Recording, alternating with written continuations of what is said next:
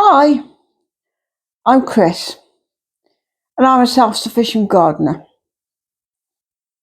fact, I've been a gardener all my life, but probably the last 30 years, I've been more into self-sufficient gardening.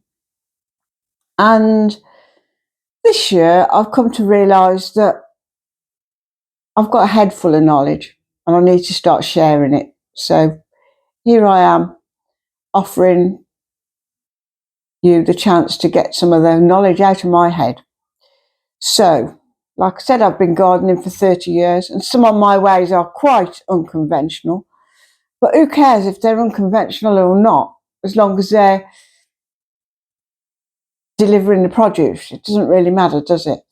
So, I've had a bit of a roller coaster year this year. So in the last 9 months, I joined a training program to build an online business.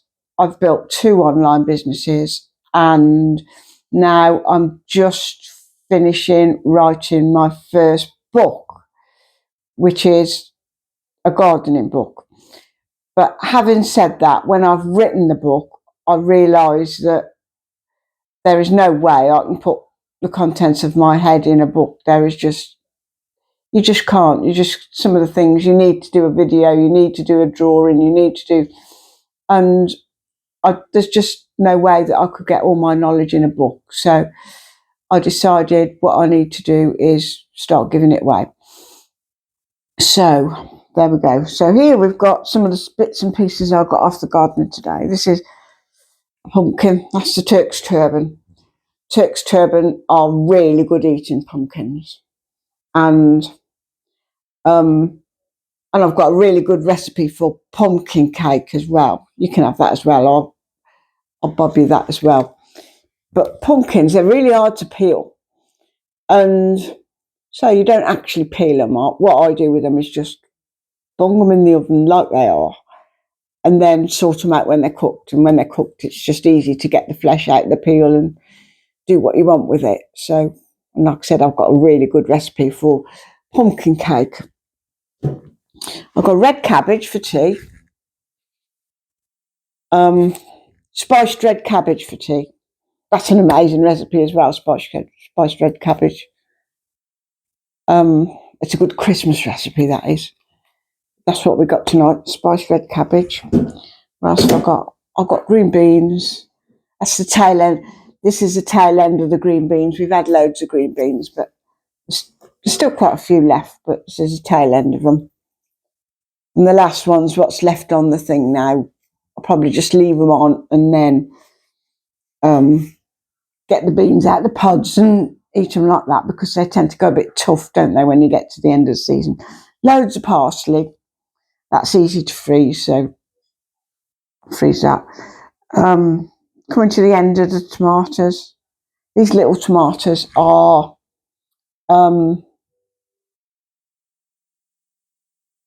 do know what they are. They are sun gold, and they're the first ones to start and the last ones to finish.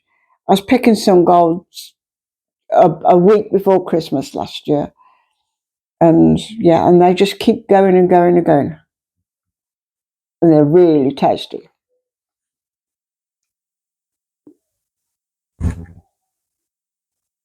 And a courgette. Courgette's good for breakfast. Courgettes and tomatoes for breakfast tomorrow. So, yeah, if you're interested in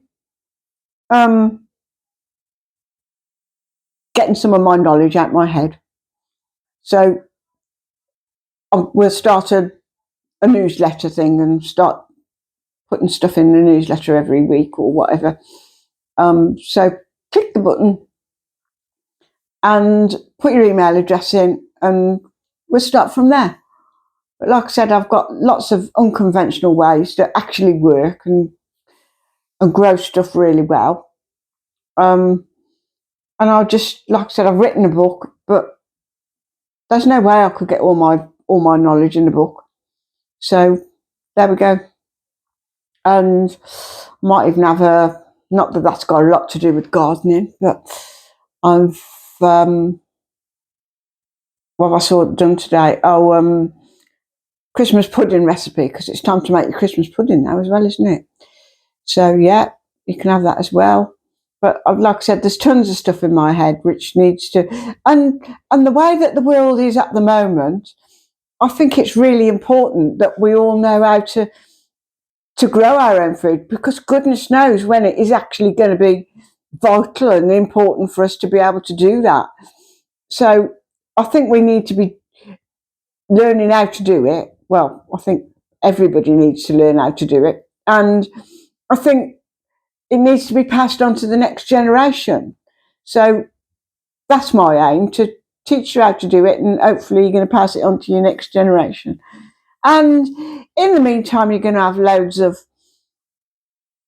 really good food and be less dependent on the supermarket, which is, well, they can't be trusted, can they? They mess with all your food. Everything's full of chemicals, and you know, how do you grow a cabbage or a cauliflower or something without it having an absolute speck of dirt on it, or even a slug or a little tiny bit of damage or something? There is no way that you can do that unless you've absolutely plastered it in chemicals. So yeah, so that's another reason to do it. So anyway, I'm rabbiting on. I've made a really long video, but there we go. That's because gardening is my passion, so I can rabbit on, can't I? So click the button, put your email address in, and I'll give you the contents of my head. There you go.